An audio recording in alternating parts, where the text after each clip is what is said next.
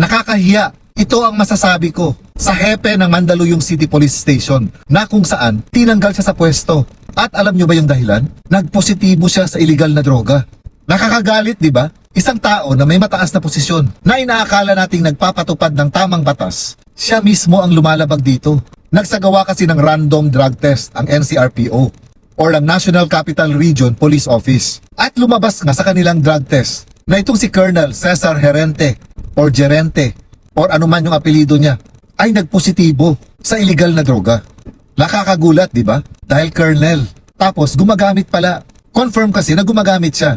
Dahil nung unang test, ang ginawa sa kanya, urine test kasi yun. So inulit yung test sa kanya. Dahil pwede rin daw kasi nagpo-positibo ang isang tao.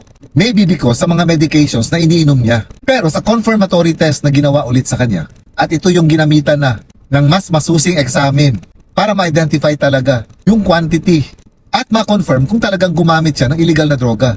At eto ka ngayon, nagpositibo pa rin siya. Meaning, talagang gumagamit siya.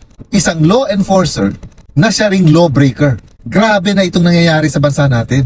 Kaliwat kanan na ang pagpapadungis nila sa imahe ng PNP. Kawawa yung mga pulis natin na matinong nagsisilbi sa bayan natin. At itong si Gerente, instead na siya yung unang-unang maging example ng mga subordinates niya, siya pa itong naging leader. Leader sa masamang gawain. Nung nagpositibo siya, agad siyang tinanggal sa pwesto niya. At sasampahan siya ng kaso. Administrative case yata ulit ang isasampa sa kanya. At ang magiging parusa nito ay dismissal from service. Ibig sabihin nito, mawawala lahat yung benefits niya. At sana nga, tanggalan din siya ng rangko.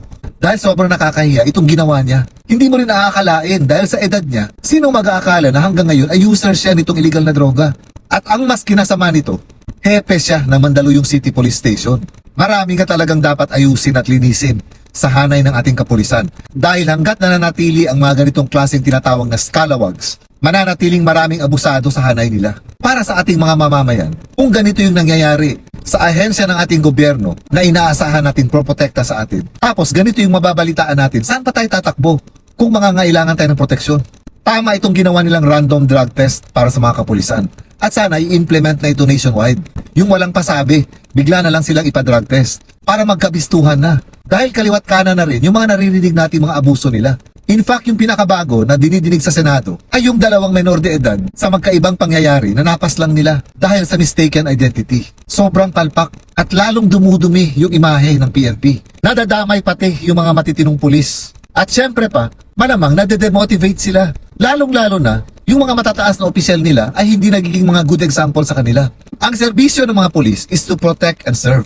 Pero sa mga ganitong pangyayari, parang ang nangyari tuloy, protect and serve myself. Hindi na ang mga mamamayan ang prioridad nila kapag ganito yung mga ginagawa nila.